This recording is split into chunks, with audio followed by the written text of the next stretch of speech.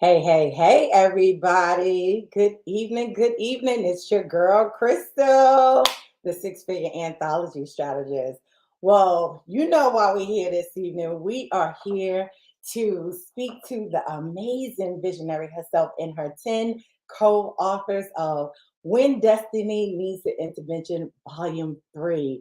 So I want you to just tune in, sit back, and share and invite and get ready for an amazing conversation. It's going to be so powerful. So stay tuned. Hey, Crystal.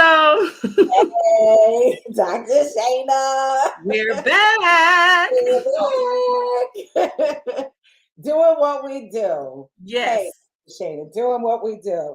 So tonight, like I said, we are going to have this powerful conversation of When Destiny Needs an Intervention, Volume 3. Can you say three? Yes. Okay. Okay. So, Dr. Shayna, do you want to just jump into this right now? Listen, I don't even know if people are ready because volume 1 and volume 2, Crystal, were absolutely amazing. We had 13 in volume 1, we had 12 in volume 2, and we have 10 in volume 3. And mind you, of this 10, we have 2 that have been in volume 1, volume 2, and they're in volume 3. So we got some OGs in here tonight as well too.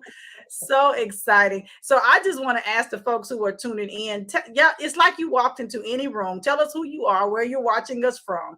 Get in the comments. We can't touch you, but we can feel you. So give us some love in the comments and let us know. I see some of our other Destiny Diamonds that are here with us live. I see KG in the comments. I love it. I love it. Let us know where you're coming from. And also let us know if you read volume 1 and volume 2, because we want to know, where are you in this journey with us? This is a journey, Crystal. We have been here for, let's see, a We've been year and here a half.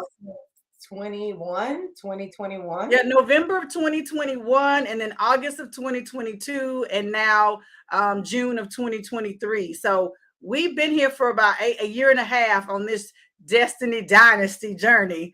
And I just want to say thank you, because I know we've had some really amazing supporters who've been with us from, we got some day ones out here. We've had some that have supported us from the beginning. And I know you're grabbing your copy of volume 3 already. You already have it. And so I just want to say thank you before we get all the way into it, as the teenagers would say.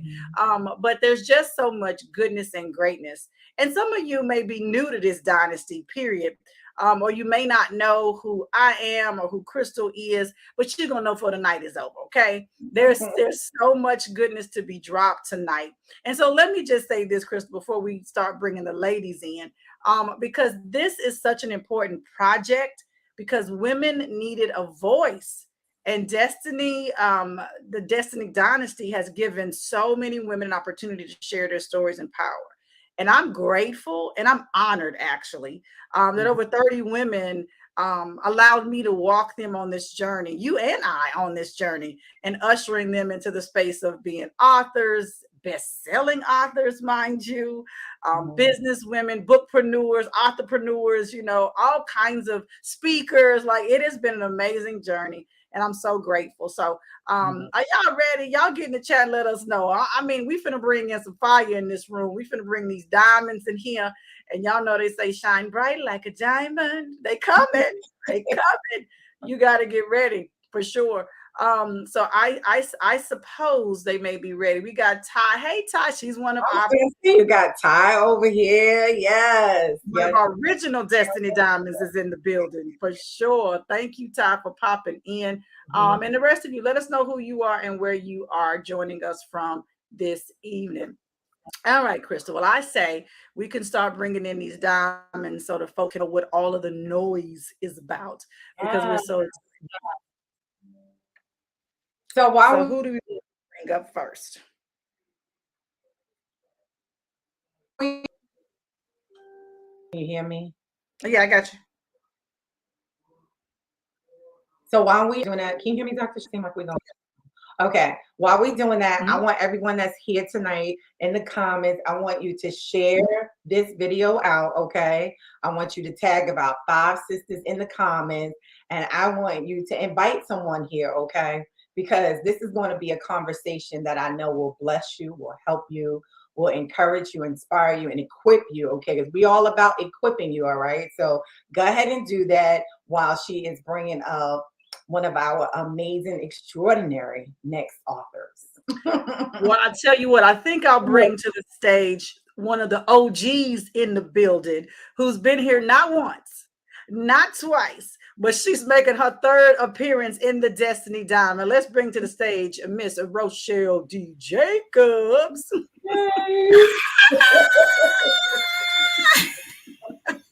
Hey, I'm back.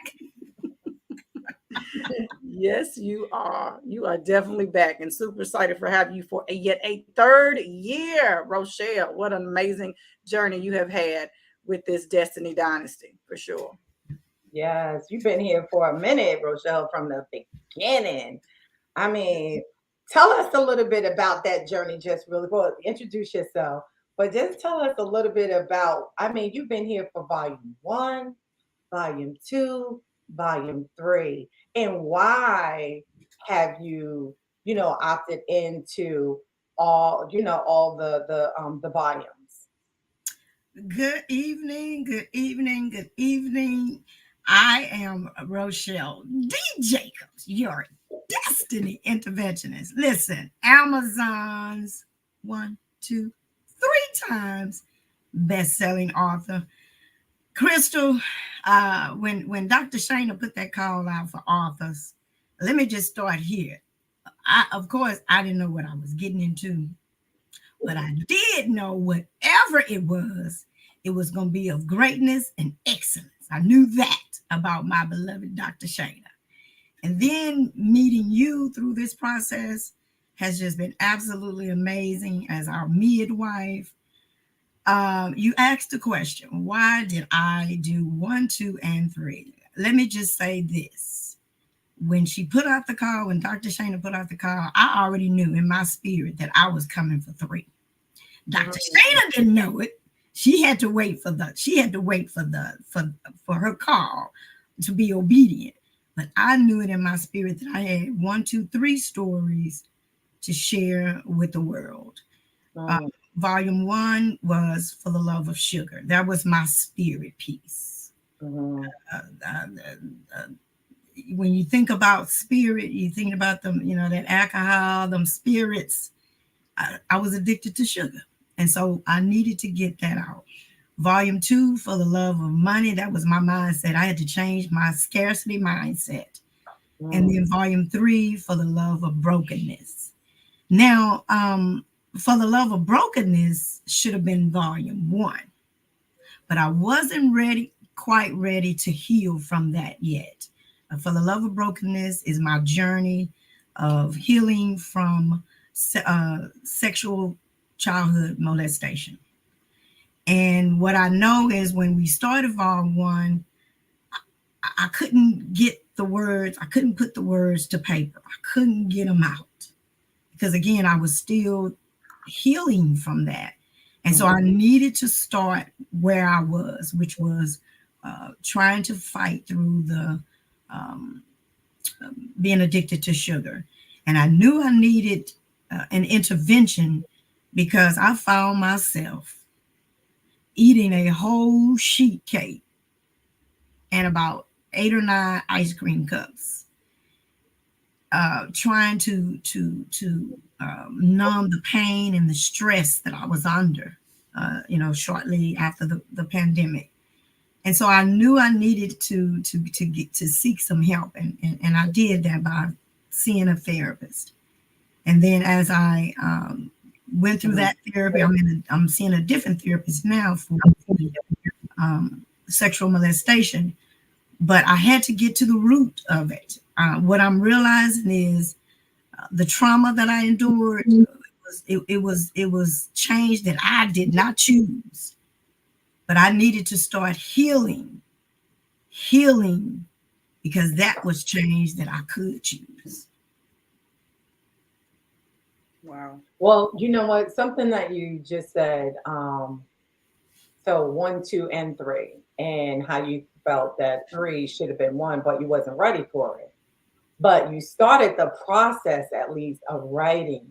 And that's what I love about writing, you all that are out here listening tonight, is writing brings forth the healing and the clarity that you need. And that's what I hear you saying is, God was put you on the journey. He put you on this path so you can get what it is that you need. And, sometimes we're not ready, but he's like, in due season, it's going to come for you. So I love the first of all, the vulnerability, the honesty here, the transparency. This is one of the things that when you are writing, it really helps you own that space. And I want to congratulate you, because it takes a lot of courage. It takes a lot of boldness to come out and talk about that, especially when we're talking about molestation, childhood trauma, and just trauma, period. So I want to just say, congratulations to you, and just, thank you for sharing that, because you've just given someone else permission. That's what happens when we share our stories. We give other people permission to release our story, release the pain, let it go. And writing, I'm telling you, it's so therapeutic. It's so good for you. Yes. So, And you know what we called you in Vol 1? Story snatcher. Because yeah, a lot of names. Yeah. And so, because, like you said, I needed to get that story out, to birth that story, to push it out.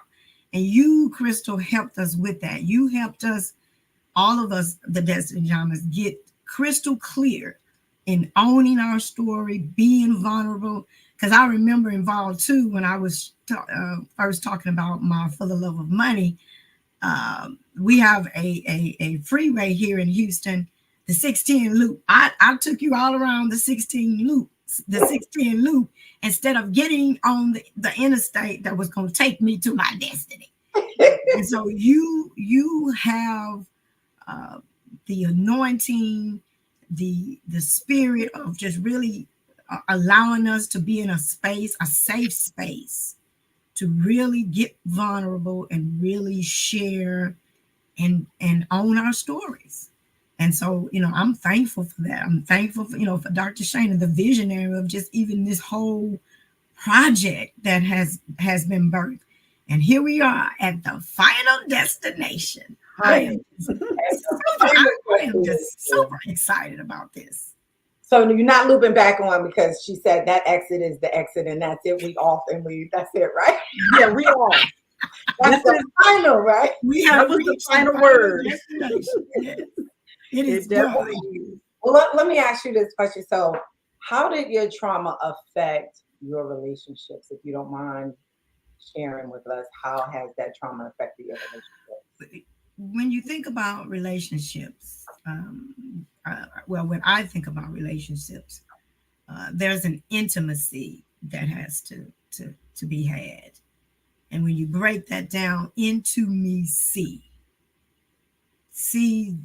for me, it was allowing the people that were in my life, the relationships that I had, allowing them into my space, to really invite them into my pain, fear, the shame, the rejection, the whole trauma and hurt of being sexually molested. And it took me, Crystal, actually just recently. I'm 51 years young, and it wasn't until going into the pandemic, coming out of the pandemic, is when we started this process. I really took stock, being in therapy, taking stock of my relationships, my past relationships with my husband, how it affected us intimately, mentally, emotionally, my son, my goddaughter, how I showed up as a parent, because one of the things that I'm seeing through this process, we as children, I should have told my parents. I should have, been strong enough, wise enough, or just had the courage to talk to somebody, because, silence is not golden. And so I spent years and years just really stay in silence, suffering in silence. And so it affected, my relationship, as a parent. It affected me spiritually because I felt broken. That's where, for the love of brokenness, I talk about that. It affected how my communication, even my relationship with God. I was not doing this whole process of doing the anthology. I was introduced to fasting and praying. I always prayed to God, but not that deep, not, in that space of really allowing him, really, letting the tears flow, the ugly cry, if you will, just really getting silent with him.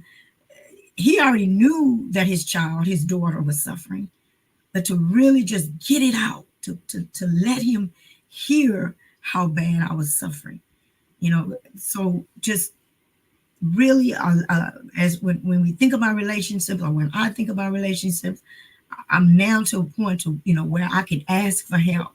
I'm not afraid to be vulnerable. I'm not afraid to be transparent. I'm not afraid to speak up. I have reclaimed my voice. Okay. I have been empowered by the power, that the Bible tells us. We can't. I was operating from that place of fear in my relationships, of not wanting to let people in, or not wanting them to see who Rochelle really was. And so, I know now, and I believe that scripture when it says it does, God does not give us that spirit of fear, but of power, but of that sound mind, and of being able to be in control and be in authority of my own destiny, of speaking out and not, no longer suffering. Okay. Well, thank you so much for, this, just to hear you. See, I've been with Rochelle, like you said, 1, 2, and 3. I feel like there's a 4, 5, 6 somewhere else behind it. But maybe not. No. But there is more to come. But just, I'm watching her grow. And she's a total different woman. And I'm not saying that just to say that because, I always feel like to cliche, throw things out there. But I remember when we first connected, and it was, you was first, I was trying to get the story out of you, and you was really, really taking me all, and y'all got like 5 and 6 lanes and one side of the highway. So you was taking me all over, you was in and out and all over the place, right? So just to see your growth, I want you all here in the audience and those that will come and watch the replay to see what can happen for you when you step in to the space of writing your story and letting go and trusting God. And one of the things that I know that we do here is really create sacred, safe spaces so you can do that. So thank you so much for allowing us to, for that to happen here, and through the anthology. So thank you, because when I tell you I really see growth, I'd like to see how you're out here in the marketplace now, and you are helping other women. So thank you so much for that. Dr. Shana, she's one of your diamonds. There you go. I'm telling you, Rochelle is an amazing example of what happens when you show up for yourself first, right? And then you're able to show up for others. She is the poster child for it, because she's on her wellness journey. She's on her, and that's mind, body, and spirit. And you're doing it. And I'm super, super proud for you. I've enjoyed watching your growth on this journey. And you one of the OGs. So, so I'm excited, and again honored to have been on this journey with you. For sure. All right. And listen, Sharon over here talking about reclaim your voice. So she with you, Rochelle. Oh, yes. She with you. And that's what happens. You find your voice. Find your voice in this process. So you felt like you've been suffering in silence. I would tell you, listen, think about considering writing your story, because that is a way that you can hear your voice, unleash your story. Yes. So thank you so much for being here this evening. It's a pleasure. So how can people touch with you? Rochelle at Rochelle Denise Jacobs, Facebook and on IG. Okay. All right. You heard from Rochelle D. Jacobs. Yes. For the love of brokenness. All right, Crystal, next up. How you feel? How you feel? Sorry, but how you feel over there as the visionary watching this? Like, let me talk to you for a second. Like, how do you feel? And like you said, I know you say it, but to really kind of sit with over 30 women, helping them share their stories, redefine their identity, birth their businesses. I mean, how you feel about that? You know, one visionary to another. I don't know about you, but I want to hear from you this evening. How do you feel? And with this coming to a space of final. Yeah.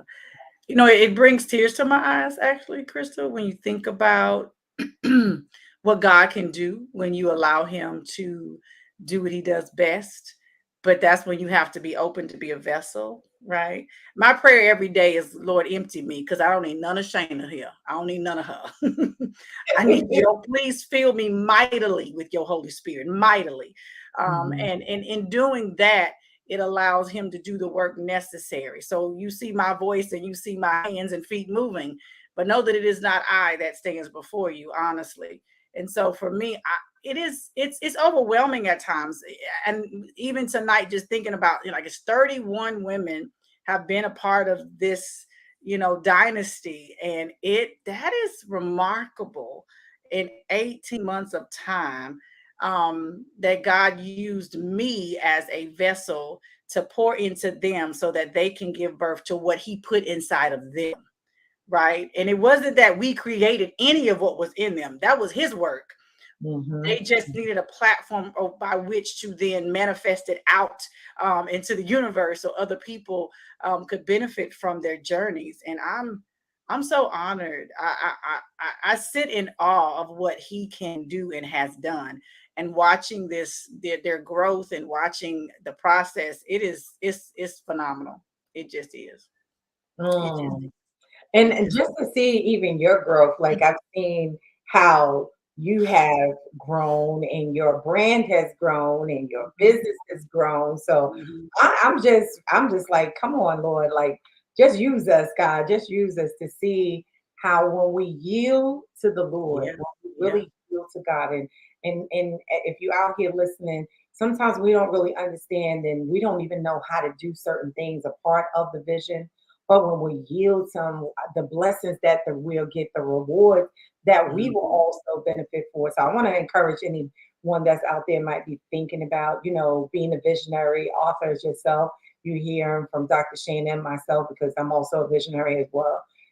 How this will be so rewarding to know that you're helping those in your community, those in your tribe, to up level and help them go to the next level. So listen, I would really encourage you to do this, because you'll be surprised what will come out of it. It's been so much that has come out of it for you. So thank you so much for allowing me to be a part of your vision and be. Yes, because wasn't gonna be 1, 2, and 3 minus Crystal Cunningham. That's what I do know. We wasn't doing no more if Crystal wasn't coming. So we had to have the midwife to give birth to all of these things for sure. So it has been a package deal since the beginning. Well, let's bring up our next co-author. I have Dr. Tammy Allen here. I'm going to bring her to the stage and let's hear what she has to say, Crystal. Yes. So good. I'm used to going ahead and first with that last name. I'm always first. You write the A on the end, exactly. Yes. Hey, Dr. Tammy. How are you? I'm good. How you doing? Looking all gorgeous this evening. Y'all just look amazing. All of y'all Destiny Diamonds. All of y'all coming and showing up like you're supposed to. Yeah. Did we lose Crystal? Can you hear me, Tammy? I can hear you. She gets kind of froze. Yeah, I think. There she go. You back, Crystal? Here comes technology trying to mess okay. I'm over here talking and just talking away. It just was like, okay. Okay. But anyway, what I was saying was, tell us a little bit about yourself and what's your chapter. What's the name of your chapter in the book? Well, I'm Dr. Tammy Allen Brown, your action life coach. And my book is The Conversation.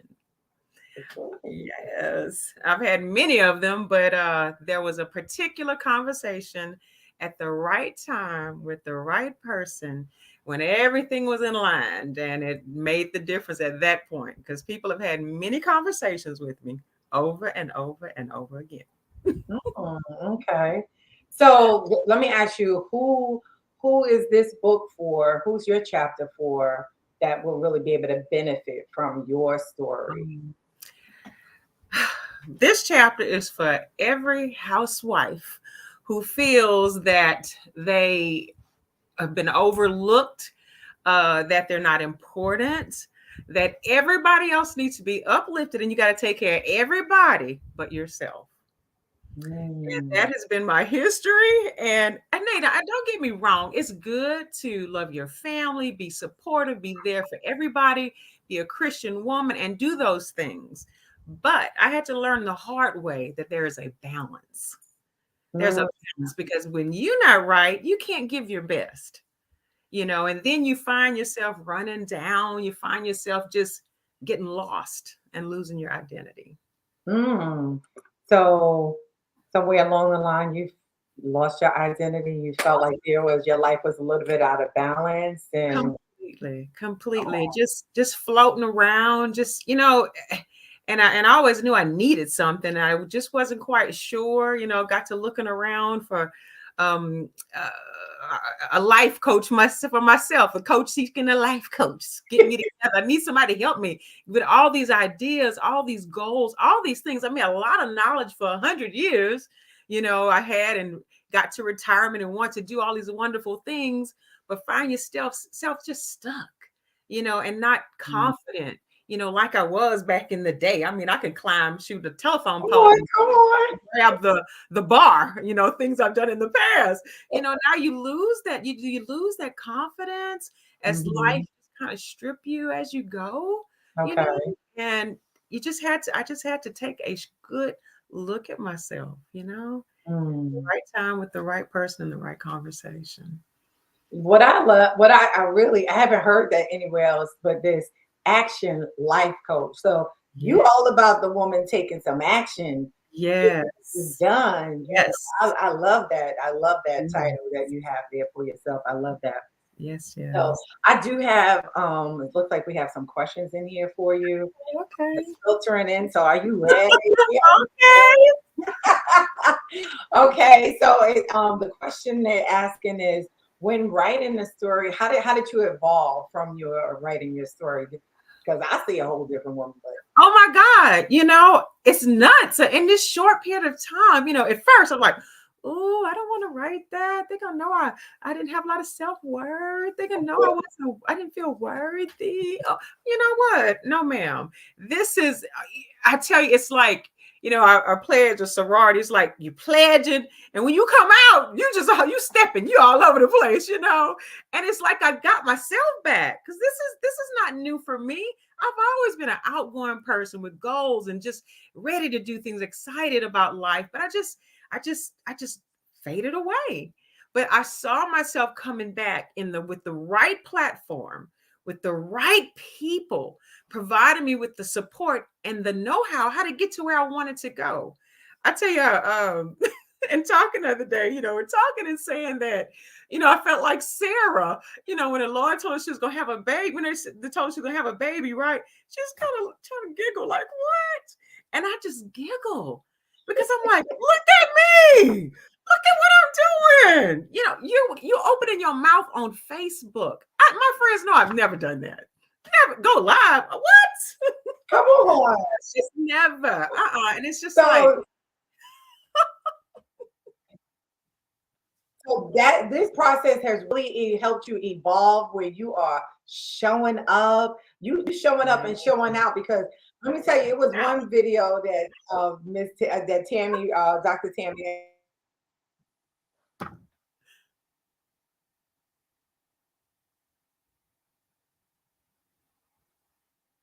Uh-oh. Uh-oh.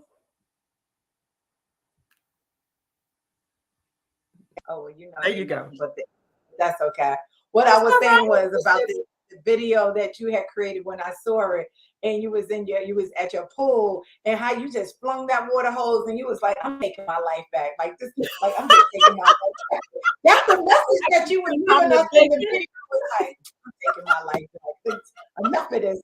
Enough of this nonsense. So you know, you are really inspiring women right now to, like you said, you feeling overlooked and Yeah. neglecting themselves. So Yeah. you're making yourself a priority. That's what I Mhm. hear is you have Yeah. to make yourself a priority because you put everything and everyone before you. So can you just give us maybe a couple of things that you would do, like maybe the first 3 things that you would do to start that process? Well, the first thing you just have to do is just stop and take a look at yourself. Just evaluate yourself, right? Just say, where am I? Am I where I want to be? Look at myself years ago, that person you were years ago. Is that who I still am? You know, um, and you take an evaluation, then you think about what I want to do. What do I want? Your life is not over, even though I'm 22 flipped and backwards. You get that on the way home, right? Like, Hey, there's a lot left to get done. And I was kind of feeling like, I'm kind of old again. No, ma'am. We have a lot to do. So just start thinking about, what are some things I want to do in life? And let's get started with that. I definitely can get you going for real. listen, you need to connect with Tammy, the Action Life Coach, okay? Yes. Because if you've been out of balance, if you Yeah. have not been putting yourself first, if you've been struggling, I'm going to encourage you to do so. But there's another question here for you, real quick. Let me just see. Was there any reservations of you sharing your story? Yeah, I guess just in the, just feeling like being judged. I'm like, what is that? People going to say I'm a therapist? How am I be a therapist? And you feeling like that. Well, no, we're women. We're all the same. Everybody, I might get up and show up with my people like I've always done. I give you 110%. Everything I do with my clients and go the extra mile. That's just what I do. But you had to learn how to do that for yourself too, right? Yeah. And I had to figure out, what, when sharing this with someone else, that's the best thing ever to do. We're studying at church, your journey to be a Christian in the image of Christ is a lifelong journey for the benefit of others. And that was so in line with this. I'm like, Lord, go ahead, Lord, keep on working with me. Come on. And that's funny. You have a question pertaining to that. Do you feel your experience was spiritually? Every step of the way. And you see the Lord working. Because when I was in my job, I was like, I remember talking to my good friend Rasheed. We were coordinators at a district, right? And like, oh, we love our jobs. We ain't going nowhere. We're making some good money. We ain't going nowhere.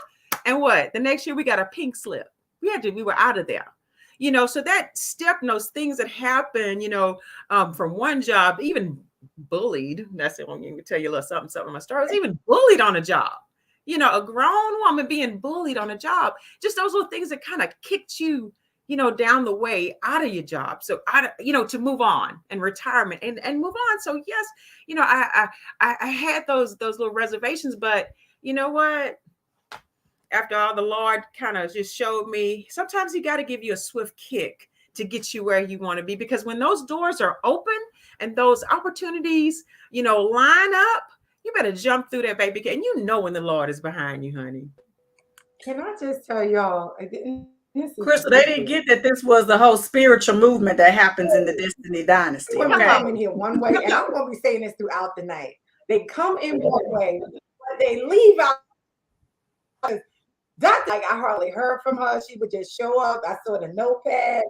And tonight, Dr. Shana, do you see what I see right here? Yes. And I think I seen her do a video last night. I think I seen her do a video last night. She went out to who you went to go see, Dr. Dr. Jim. Yes, it was a concert. All the way Totally different woman now. So if you want to look like her and feel like her and get that Yes. vibrancy back, I'm gonna need you to connect with Dr. Tammy Allen Brown. Right. You have anything for her, Dr. Shana? Because she has showed out over here tonight. She did completely. And I just want to say, you know, Dr. Tammy, your vulnerability here helps set another sister free. Because as a professional woman, as a woman in business for yourself, as a, you know, we feel like we can't, like, how could I actually say that I'm not okay? But it's in the saying and giving voice to it that you're really helping another sister who's listening right now, That's who has right. felt the same way. Yeah. Number one, give her some hope. And number two, though, let her know that it's okay not to be okay. But Yes. we don't do is stay there. We figure out what do we need to do about it. And your story is going to give her a roadmap to do so. So thank you for showing up and helping us, because we all need it. I love it. All right. Thank you, Dr. Tammy. Okay, Listen, y'all, we got so many heavy hitters coming through here tonight. Now I'm going to introduce y'all to this next one. And it's funny, you don't know where you're gonna meet folks, Crystal. You don't know where they don't know where they're coming. I actually, and I say met her, but we didn't even meet in the flesh. I met her, quote, online at church. Like, serious, I'm gonna let her come tell the story. But we met online at church. We're gonna bring up. Yes, you don't know where you're going to meet the people connected in your journey, that in your destiny, you have no clue. So don't sleep on where you meet folks. Okay, I'm going to bring up Miss Elena Bono. Hello. Hey, ladies. Hey, good evening. Hello. Good evening. Elena, tell them how we met, though. I told them we met online at church. So we're like an online dating app, but we really did meet online at church. Yes, I'm sitting in my living room doing online church one Sunday morning, and had been praying the night before, like, Lord, I'm drowning. I need something. I need a life raft, like right now. All of a sudden on my TV, Dr. Shana comes up on the stage at church talking about I think it was mental illness, mental health, well awareness, and I was I don't even know where it went from there. Like, it was, I drew a blank. All I knew was the next thing I am like stalking her pages. I'm looking her up. I don't even know how I got on her calendar, right? I'm like, I done booked a whole session with her and wasn't even supposed to be on that part of her site. So we connected, and the rest is history. Yes, it was destiny for sure. We talked, and at that point, I'm not thinking of anything about a book. Like, I didn't even know what she did. I just knew she said she was a therapist and I needed some help. And so we talked. She ended up telling me about her one of her other wellness programs and programs for self-care. And we connected that way. And look, at that point, I wasn't even thinking self-care. I didn't even know I needed to take care of me. I had so much going on. So we connected that way. And then the next thing, I went to Volume 2 launch. That's right. So you got a free ticket to come to Volume 2 launch because of the other program. That's what happened. I got a free ticket and was at Volume 2's launch, and was blown away, because I'm looking at these women and I'm like, I know that these women, the transformation that you saw, the happy, I was like, I want that. I don't know what it is, but I want that, whatever that look is. And she, you know, it was so amazing. So Crystal, as you were sitting there, and I remember you sitting there, you had just had surgery with your leg propped up. You were talking, you all were talking, and I said, I remember sitting there and I'm like, Lord, if they had a Volume 3, that would, I don't know what I would do. You were the one. It was you. It was Elena. I was sitting there like, oh God, it would be amazing to tell my story. You know, like, I know I have a story that people need to hear. And then all of a sudden, towards the end of the launch, the night, you announced that there was going to be a volume 3. Because here's the truth. I didn't know. No, you didn't. I didn't know. Oh, okay. We having a volume 3 then, I guess.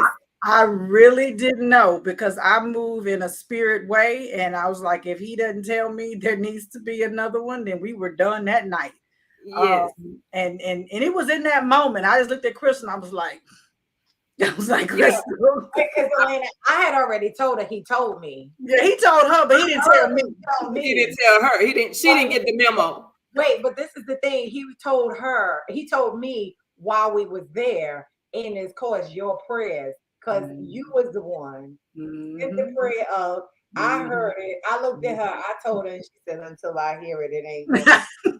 She did. And I remember her standing there turning her head like, he ain't said, volume 3. But okay then. Okay.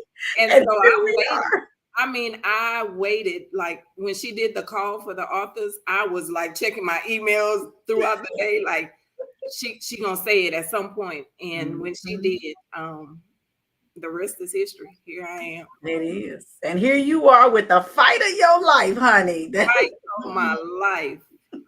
Yes. Yes.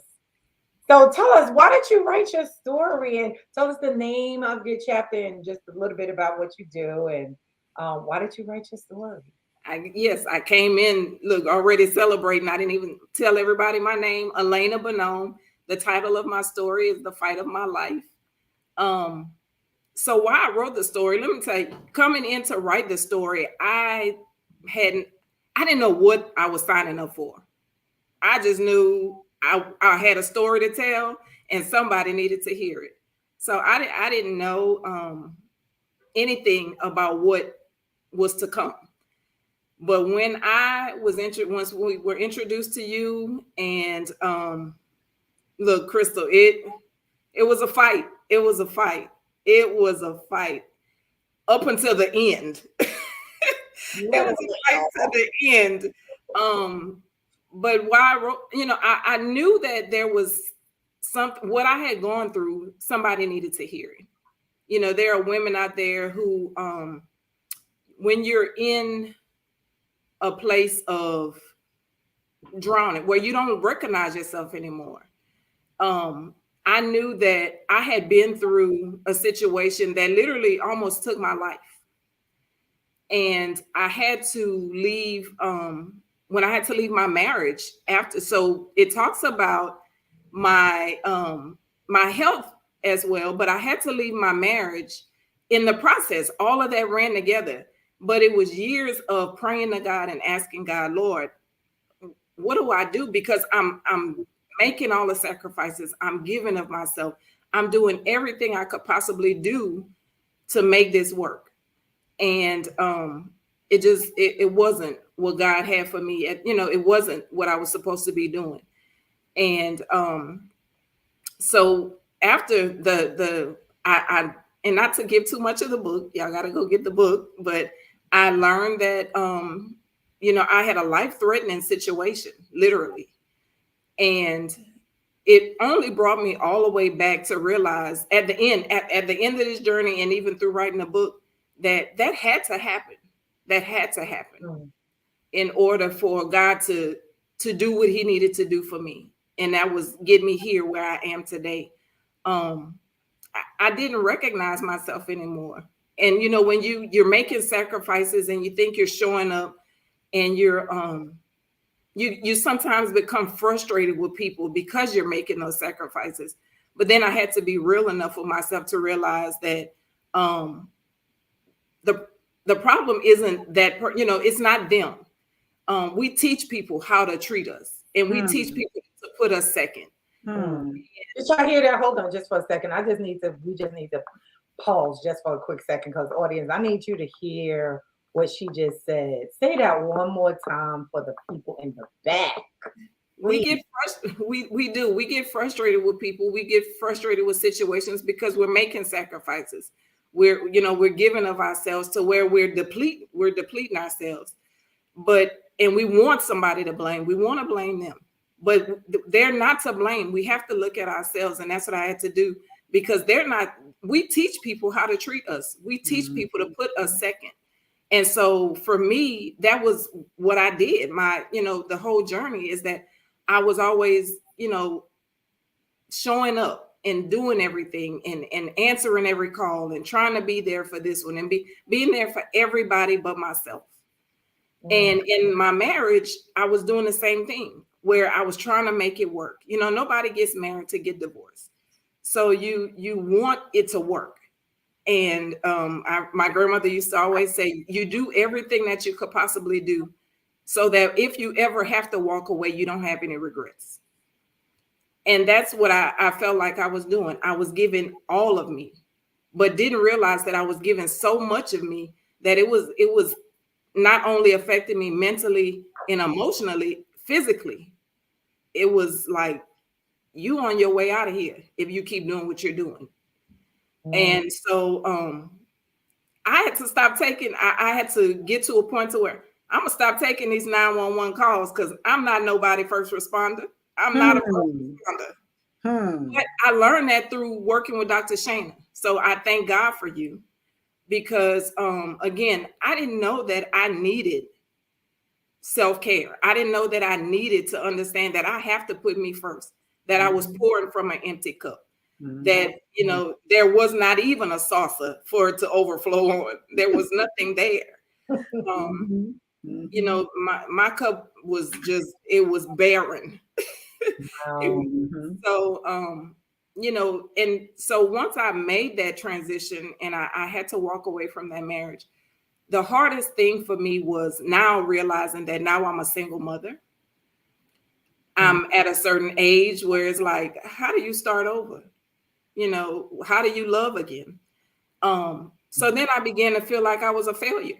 I felt like I failed. I felt like I failed my marriage. Say that right there. Say that. I felt like I failed. I felt like I'm sorry to interrupt, but how many women in the audience right now can identify with what Elena is saying? Feeling like a failure. Feeling like a failure. Feeling, not that you are, but feeling like it. Not, but feeling like it. Exactly. And that's what I started to feel like that. And even with my children, I began to add even more to it of taking away from myself to give to them to replace something that I felt that they needed with going through a divorce and trying to replace a parent that wasn't there. So I started giving more of myself that I didn't have. I didn't have to give. And when you're already at a place where you're used to doing everything for yourself. That's, and what this book did working with you, Crystal, was it pulled up things that I didn't even know I hadn't healed from. Now I want to say something. I'm going to jump in really quick right here is, during our time together, working together, that was very difficult for her to say. And I want us to talk about this whole process of writing and what people will gain from it.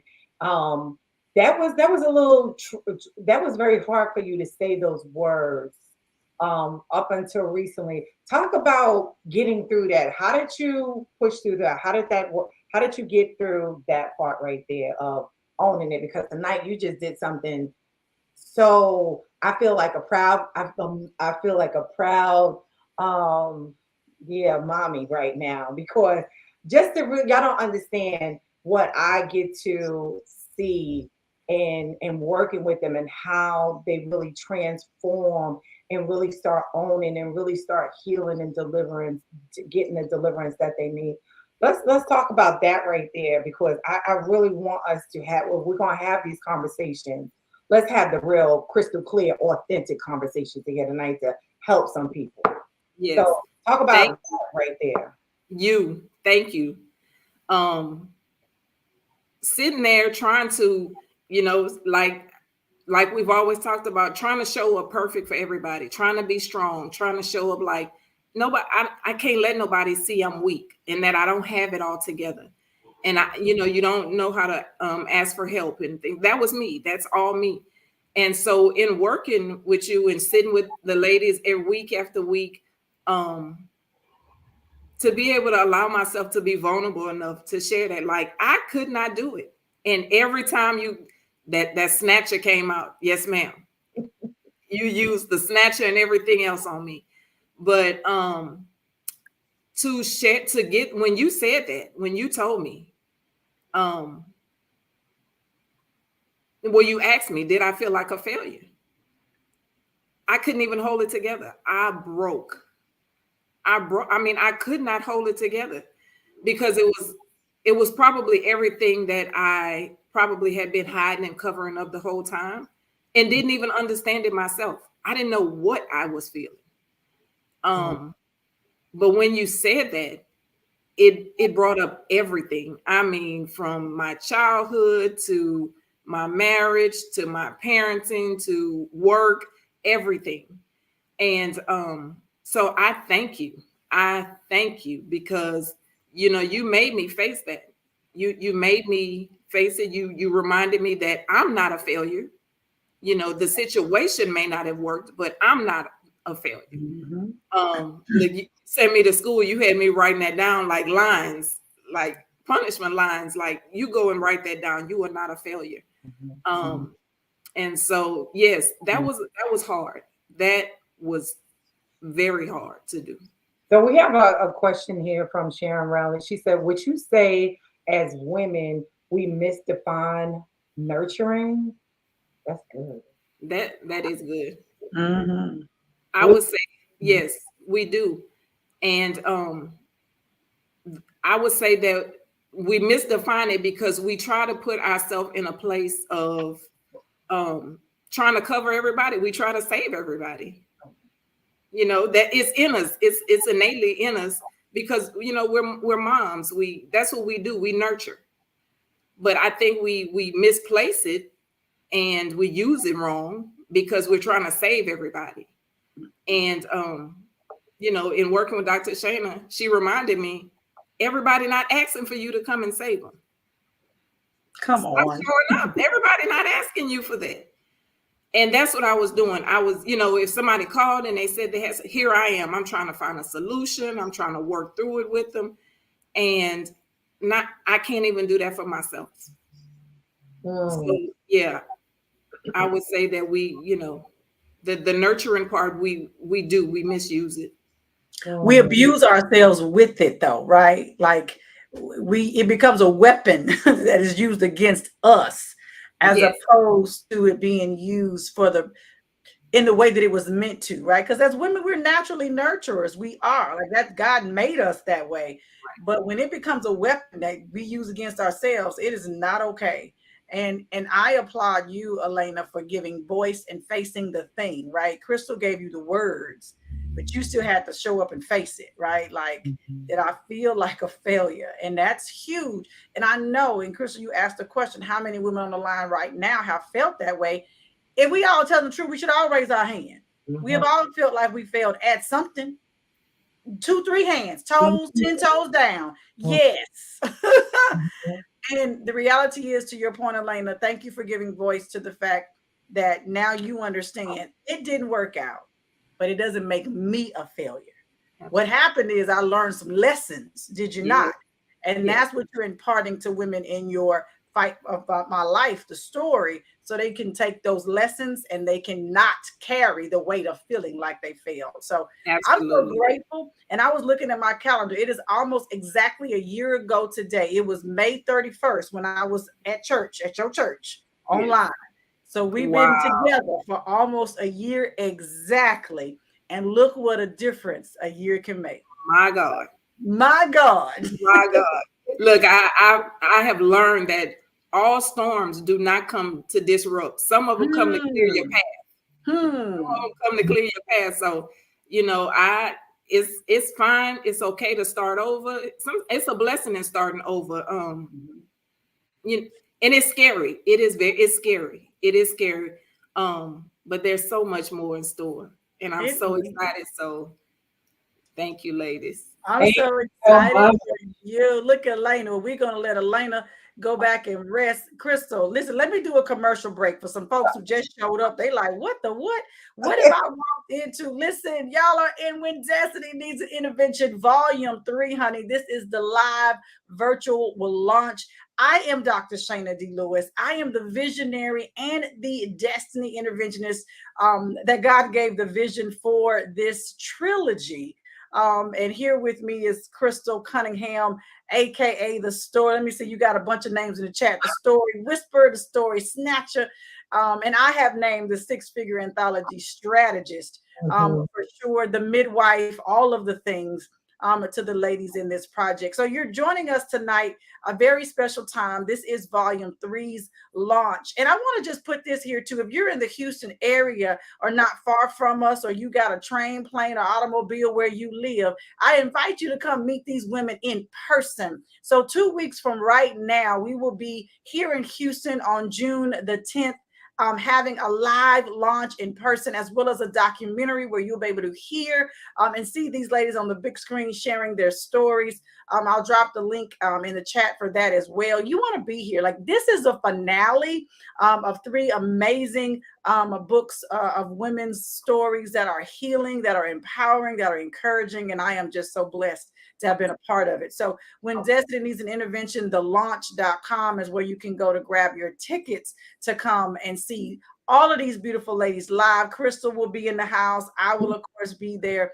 And let me just say this, and you will also get to touch and agree with some of the other Destiny Diamonds, because Volume 1 and 2 will be in the house as well, too. And we are celebrating them because you won't have a 3 without 1 and 2, right? I think that's how the math go. The math got a math, and there's a 1 and a 2. So you'll get to see all of the Destiny Diamonds in the house. And when I say it's gonna be a fine time. I can't wait. I can't wait, Crystal. 2 weeks is gonna be way too long. Listen, Tammy says, Tammy in the chat, quoting Elena, some storms come to clear your path. That's a word. That is a word. That's a word. You think they come to disrupt, baby, they really came to clear the way. I think that's a beautiful statement.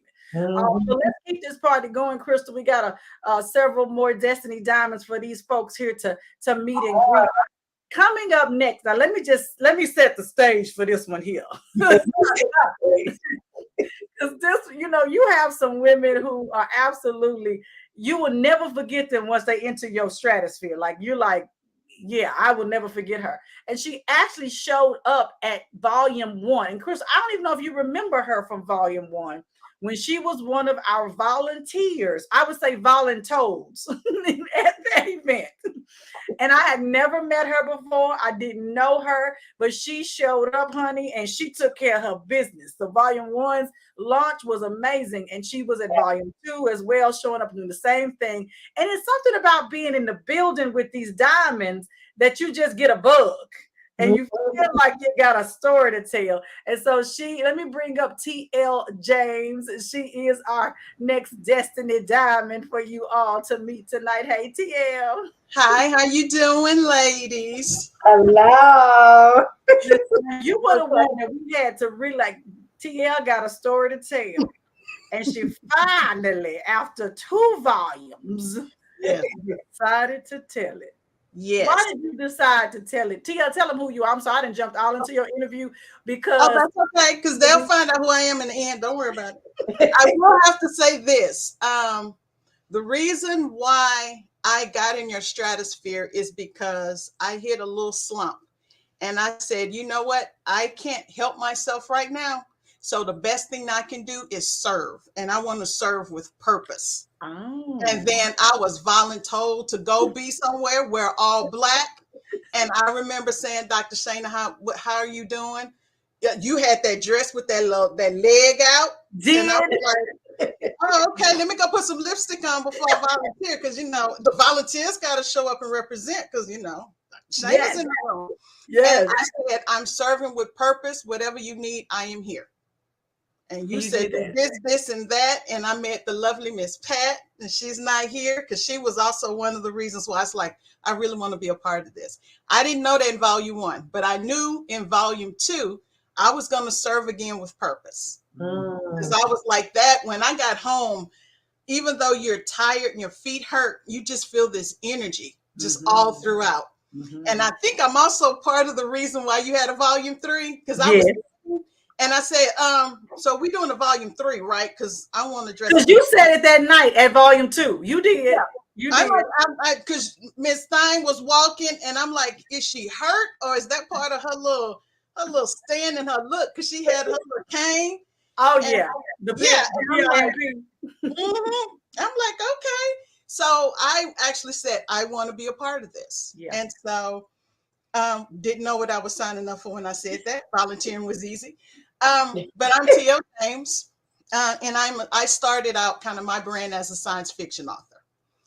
What I realized working on this nonfiction was I was telling my story, but I was sprinkling nonfiction on it to hide, and I wouldn't have to be transparent, and it made me feel safe. So for those who actually read all 9 of my stories, yeah, you got all the business, and you just didn't realize it because all you saw was these fine, sexy men running around and doing all of that. But I was telling my story the whole time of things that happened in my life and everything, and sprinkled on some science fiction, right? I am a business therapist. So even when I was in my W-2, I've always had an opportunity to sit somewhere and use everything that I learned on my W-2 to help people build their entrepreneurship. If it was a side hustle, if you got laid off and you needed to find another plan because you were about to get a severance, and either you can sit at home and cry about your little severance, or you can put some things in place to where if they asked you to come back, you actually have a choice to say yes or no. So I've always been in that, and that has always been my voice. And so when I started writing my story, the first thing was the voice within, because I had to combat against a lot of things as a child to first even know that I had a voice. There are a lot of women who said I had a voice and then I lost it. I was a late bloomer. I was told, you're supposed to listen to your elders. They know what's best for you. And, you're supposed to fall in line. You're not supposed to really have an opinion. And I listened to that. But then I'm also kind of the black sheep, because that was a part of me that said, what they saying doesn't make sense. Okay. I know you love her, but you're about to go to college and she didn't finish 3rd grade. Who we really listening to? And so I had to fight against that and find a way to honor my voice, but at the same time be respectful. And so as I got older, I built that voice, right? And I always said there's 2 parts to a voice. You have that noise and you have the chaos. And the noise is what we hear from society saying, you're not good enough, you're not well enough, you're a failure. I don't know how many times I've been a failure. I'm leaving my feet and my toes alone. It's just, that's one of the tick the boxes in the day and say, okay, no, you're not, and you keep it moving. But then you had this chaos that fuels creativity. Because, think about a closet. You got this ugly closet, the one that you want, you need that chaos to build it. And so I started focusing on the chaos. And so I'm still trying to write this story. Miss Snatcher was like, that's cute. I heard about you. And so I'm going to put you on hold until you're ready to tell your story, because you already have it. And I'm like, oh, but I want to do. She like, oh, yeah, that's cute. You're so cute. And your humor is just so cute. But I'm going to need you to tell your story. So I'm like, okay. So I went back and That's how they do here. That's how they do here. I just want you to know at the Destiny Diamonds Ranch, okay? At the Dynasty House, okay? That's how they do. That's how they just show up. But go ahead, Tia. And she's like, and I cannot express the love I have for your anointing. Because if you didn't care, if you didn't have that anointing, if you didn't have that dedication, you would have been like, okay, yeah, let's go with that story. But you didn't have that. And you like, I'm not doing it. I'm going to wait until you come back. And so it was that one night where I really felt like a whole failure and I didn't care. And I just like, this is what happened. And you should have started with that about 2 or 3 phone calls ago. What happened? How did you do this? How did you do that? But I had to kind of let that go because, you are supposedly this woman of Christ, and my family was heavily religious. And so it's certain things you're supposed to do and you're supposed to be and all of this. And then when I said, well, I woke up one day after my divorce and say, I'm just going to roll with it. So, Tio, can I ask you a question though? Because it seems like there's a few of you here, and just for the audience sake, concerned with how you're going to look to other people, your image to other people. Do you think that is something that a lot of Christian women deal with, or just women deal with, period? You know, how am I going to look to other people? Let's talk about that a little bit.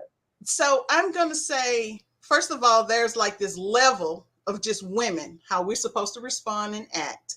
And then you have society, right? And then you might have a race, you know, because, you know, women of other races might not have the same issues with how Black women have to deal with things, right? Because really, we're just like our Black men. You're not supposed to really show emotion. And we supposed to, you know, they can be the leader and everything, and they supposed to give us stuff, and we supposed to multiply it with no questions. And so we have that. And then to be from a religious family, because my grandmother was the first AME minister to preach at her church. There was no, and so we had to show up a certain way. And so just to have that in how you're supposed to be, you know, married by a certain time, you're not supposed to have any children out of wedlock, you're not supposed to do this. And I remember when I got married and I got divorced and then I got pregnant, I said, I did it in order. I didn't have that child out of wedlock. I was married. I got divorced and then I had the baby, but at least I was married first, you know, and that was my defense. And I held on to that until like my son was, it might have been like 3 or 4 years ago when I just let that go, that I did it in order. And so, yeah, it was just one of those, and it's self-imposed because most people don't care. My son didn't care, you know, and so, and he sees me in a whole different light that I didn't see myself. So when I even told him about the story and I said, okay, I'm gonna, you know, talk about how I met your dad and everything. Are you going to be okay with that? And you're like, yeah, go ahead and tell your story. And the funny joke about that was he was talking to his friends and they were talking about, oh, was your mama at the Freaknik? Is she going to be on this and that? He was like, no, my mama probably was working the thing. Probably was behind the scenes talking about, we need more ice. You need to add this to $3. He's like, she going to find some kind of way to do some logistics. Or she was behind the camera if she was there, but she was probably at work. You ain't gonna see her. She about her money. That's the one thing I know my mama's about. It ain't about money. She just gonna go get in the bed. I love it. I love it. So Carla says over here, she says, yes, so many of us are concerned with how we're going to look when we keep it real, especially as Christian women. That so resonated. So just so you know, that resonated with her. And when you read, what's the name of your chapter? How to Get Clear of Clutter. And this is how I know that she had discernment, because when Crystal calls you, it's kind of like she called you to the mat. And I was like, ooh, she never called me. She didn't call me out on the post. But then when I saw that phone call and her name come across, I went, it's going down. And I said, yes, ma'am. She said, we're going to do this. And tell me about them, like getting clear from clutter, because all that clutter and noise, all that's together. She said, that's what we're going to call it. She said, I'm going to give you that. That was on my heart. And I said, I'm going to surrender, because I think that's what I said when I first came in. I'm like, yeah, I'm an author and I did all of this, but I want you to treat me like I surrender. I'm not coming in with any airs or anything. I surrender. That's exactly what you said. So TL got her signature story. Yes. Get clear of the clutter. Yours is around the confusion, the noise that we all have I don't know if still have it, but sometimes we might experience having all of this noise in our minds. So your chapter is going to help your lady, which is who's your story for? Who do you feel that your story for? My story still is for everyone who has the biggest noisemaker in here. Because that's it. If somebody else told me that you're ugly and you're fat and you that and it's coming outside, I got something for them. It's like, psst. And you look funny looking too. Your mama should have, and I would keep on going. But the internal noise can hurt me more than what anybody else can say. Mm-hmm. So how do you clear that internal noise? Mm-hmm. Because if you can get quiet and get clear, there is a voice. When you are aligned with the spirit, when you are aligned with God, that voice is always there. Even if the noise go up and down, that voice is there. And so how do I get clear of that clutter so I can get in line with that voice? So they got to grab your new book, right? They got to order your new book. They got to grab the book. Yeah. And don't be scared. Don't be scared. I always jar people in the first, 300 words. You'll be all right. And I appreciate you. Thank you for this, both of you. You have been amazing. And serving with purpose, you don't know what's going to come out on that back end. So if you're serve with purpose. That's beautiful. I love that, TL. And thank you for showing up the way you did. That opened up the gateway for where you are now. I'm just so excited for you. I'm so excited for you because I watched this, right? Over this last 18 months, watch this happen. And I'm so excited for you. So serving with purpose. Look, Crystal, that's our next story. Serving with purpose. Yes, it is. That is serving with purpose. Because I have gotten a lot of places and a lot of doors have been open that I didn't ask to be open because I was serving with purpose. I didn't even know that was a door. It's like it looked like it was a wall, and then all of a sudden it was like it started to open. That's beautiful. Mm-hmm. That's beautiful. All right, TL. Well, folks, y'all make sure y'all come to Houston so y'all can meet Miss TL James. She is a hoot. Let me tell you, these diamonds, though. I mean, from 1, 2, and 3, we got a group of women. When I say they are characters. And we have a ball together. We have fun together. It's just a beautiful time. And I understand, though, for me, God handpicks these women. I don't pick them. I always ask him, send who you want to be in these balls. I have no clue. But he always sends the right combination of women together that is just amazing. His timing is always the best. And so I'm going to bring up this next one. So she's another one. It's like how I meet these women.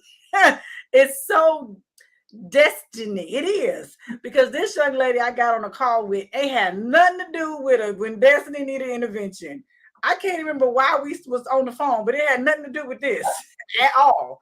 And in the middle of the call, I was like, the spirit was like, Destiny. I'm like, that ain't what she called me for. Like, no.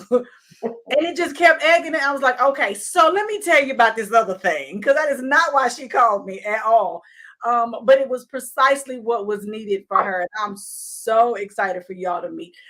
Miss Chantel, come on to the room. Hi, everybody. Hi, from California. All the way out in Cali. Not born and raised here, but this is my home for now. So I'm loving it. Yes. So you're another one that I met. I mean, in everyone I've met different ways. I don't remember why we were on the phone. We were introduced by somebody else, right? It wasn't that you knew who I was, but we had a mutual friend that said, you need to talk to Dr. Shana. And we got on this call. And so here we are all of these months later. So I'm excited for you to be here and share your story. Yes, I'm excited to be here. And you're right. It was totally random. God kept speaking to me in the middle of the night. Like I have 2 little kids. One of them, I think it was 2 years old at the time, and kept waking me up, of course. And then I would be stuck awake for hours. And I'm like, God, what are you trying to tell me? Like, just say it. And what kept ringing in my head was, what excellence are you leaving on the table, Chantel? Like, I gave you more gifts and I need you to use them. And I was like, okay, whatever that means. And so it led me down a series of conversations. And one was I really need to speak more and use the voice that I have. And that's how I connected with you, Dr. Shana, as I was asking about public speaking. I was like, okay, that's right. I was like, I want to do public speaking. Let me just dabble over here. And it was Adrienne that connected us, because I just stumbled upon her page and then she led me to you. And I'm so grateful because I love writing. It is something that I've done my whole life. But I can trick some people into not writing about myself and not writing about stuff that really, really needs to come out. So I needed this network of women, especially the two of you, to push me to not just write it, but to then like say it and then have to encourage others to like use it for something. So that was like 3 steps. I knew I could do step 1. Like, I'm Chantel. I write all the time. But steps 2 and 3, I wasn't going to do them. I love that. So that part about owning your story, that's really important here, right? So owning your story. So what is the name of your chapter, and tell us what does it mean to you? Absolutely. So my chapter is Healing in the Womb, and Crystal named this chapter. So my story is I lost my father when I was a teenager.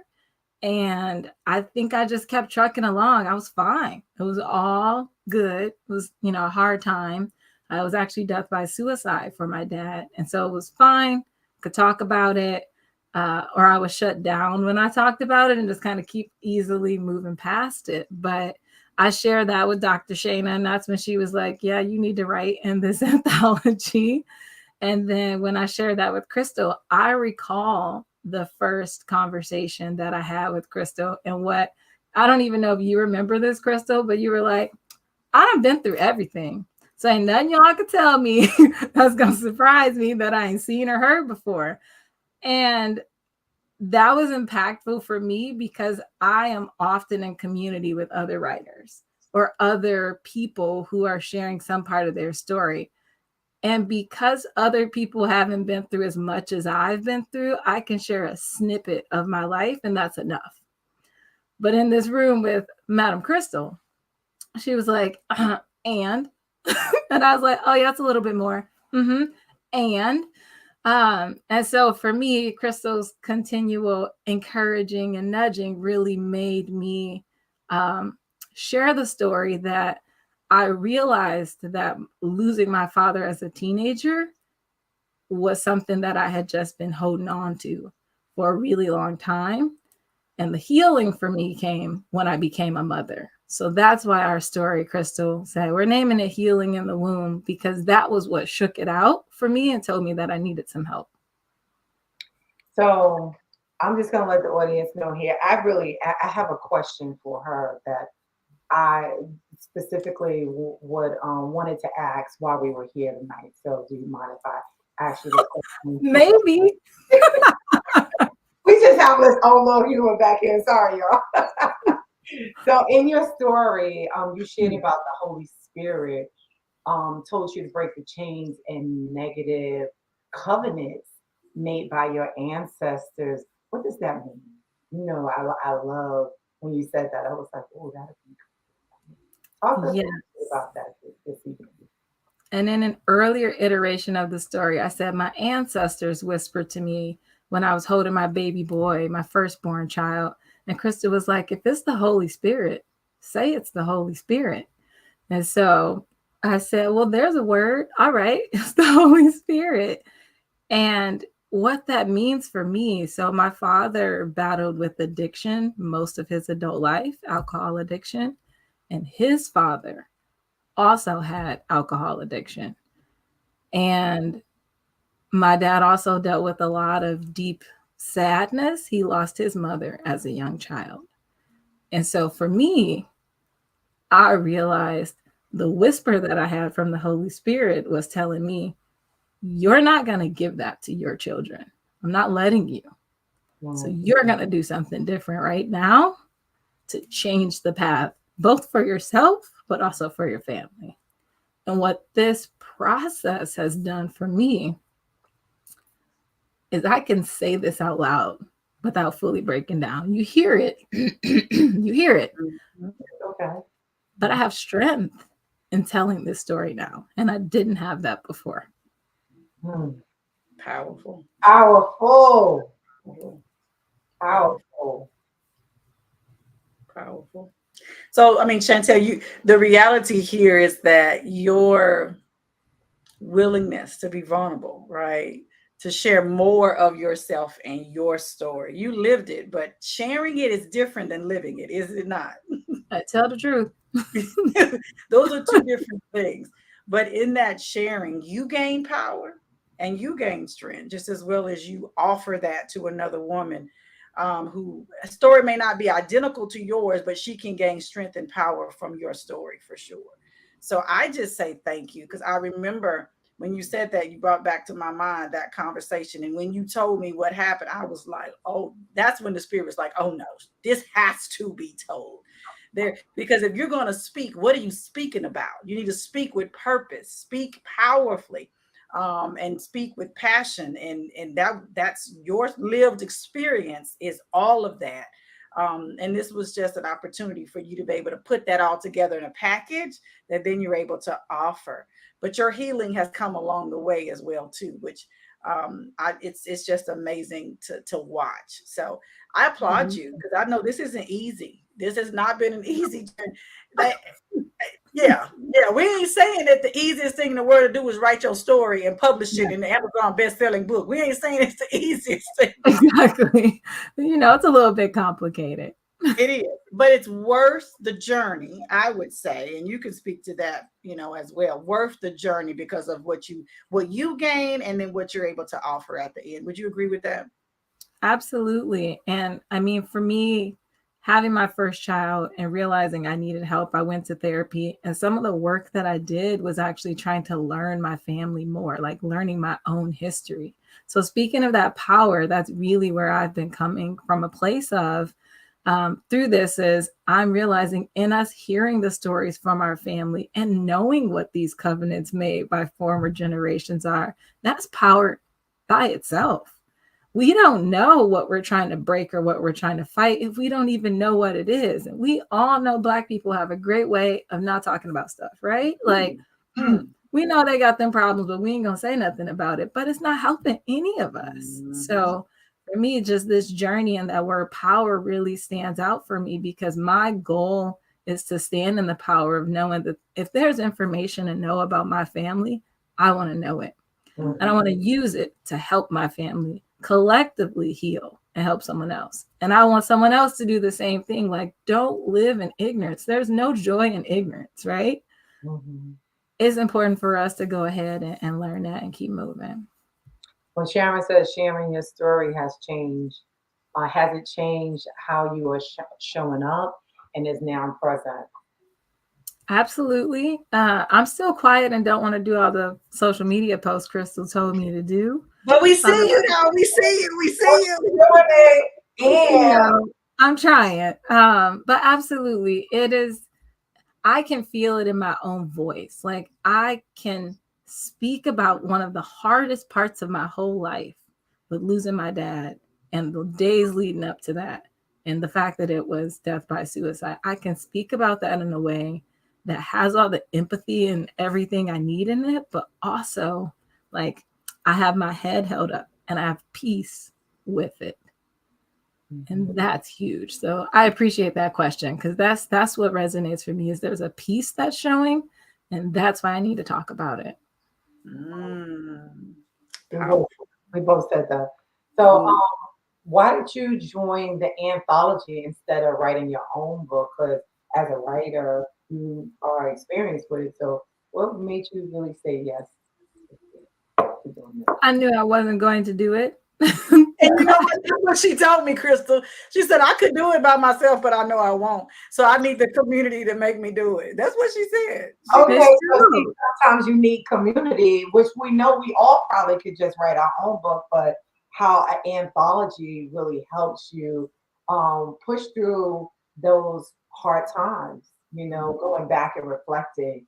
It's the community that'll get you to the next level, get you to the next step. So I just want to say thank you so much for joining the anthology. Thank you so much for saying yes when Dr. Shana kind of gave you this other offer over here that you didn't even know coming your way. Right. Exactly. I agree. And I'm so grateful, because I definitely appreciate the community of other women, and specifically women of color at this time, and supporting one another. Next for yourself. and the accountability piece too. That's what Rochelle is talking about in the chat. The Absolutely. accountability is top notch for sure. And We like Rochelle was to get- certainly holding us accountable. Oh yeah, the OG is she doing her job. She's doing her job. She's doing her job. We lost you for a second, Crystal. Not sure what you were saying in your closing. What were you saying? I was just saying to Chantel, so what's next? And do you want to share what's next and provide everyone with your contact and what's next for you? Because I did see a big announcement since you became an author of Amazon. Author, because I'm just gonna say we already Amazon. It's happening. Mhm. It's happening.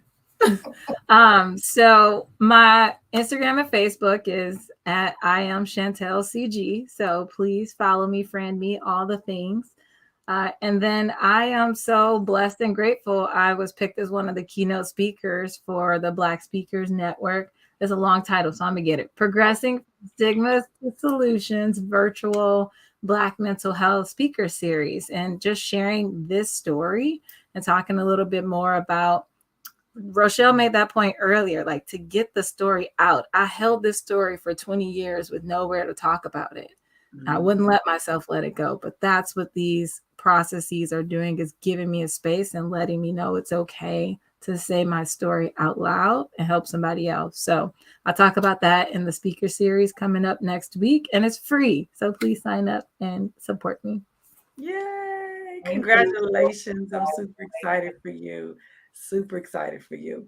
All right. Well, y'all, listen, we've had, I think, 5 or 6 that you've met already. These women they're amazing. They're beautiful women inside and out, for sure. And so you'll see at the bottom, when Destiny's Intervention, thelaunch.com. If you're in the Houston area near us, or you got a plane, train, or automobile, come see us in Houston on June the 10th for the live launch. These ladies, there'll be a documentary as well as a live book signing. And it's going to be a blast. We want to make sure you are in the building. It's going to be amazing. And also grab your copy of your favorite Destiny Diamond. You'll see in the chat, they've been dropping the links all night long for you to grab a signed copy of her book. So just make sure whichever Destiny Diamond you want to support and sign your book, go to her specific page.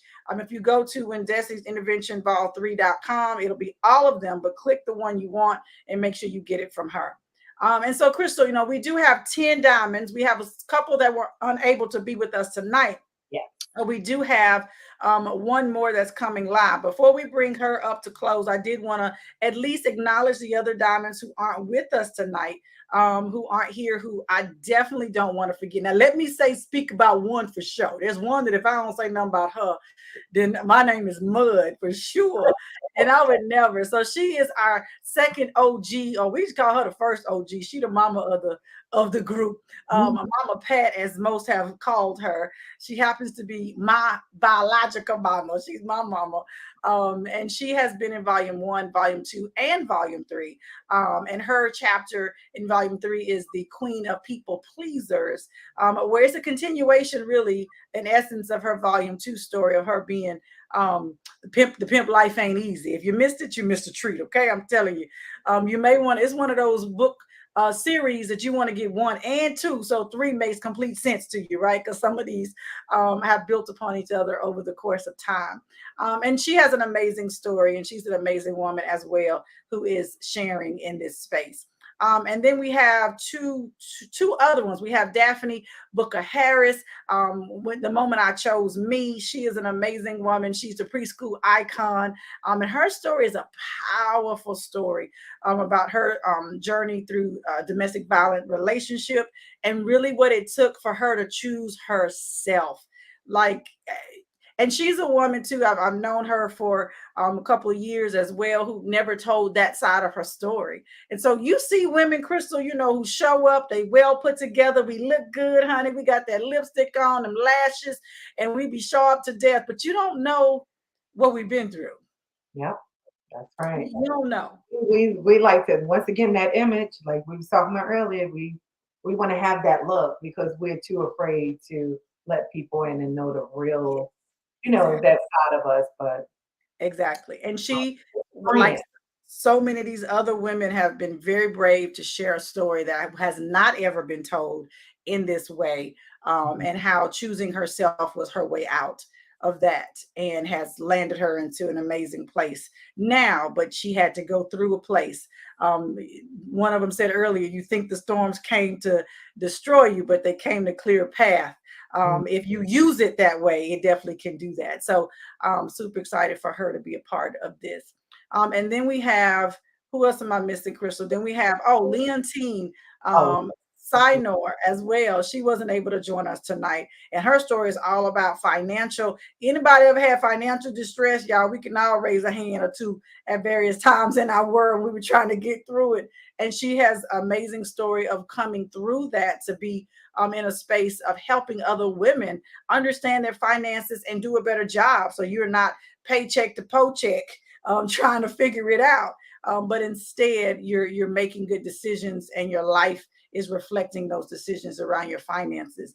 And then the last Destiny Diamond who wasn't able to join us was Mona Lisa Jennings. And her story is from grief to grace. And she tells a really powerful story around losing one of her children, and her journey from grief to a place of grace and God's hand in that. When I tell you, these stories are powerful. When I say transformative, when I say you need your copy and you want to come see them in person. You have not experienced the Destiny Dynasty until you showed up in the building. I'm telling you, the energy, and it's not even just me saying that. You've heard several of the co-authors tonight say that they became co-authors because they showed up at the event, because they felt the energy, the power, the spirit in the space. So I'm not just making this up. It's a real thing that happens.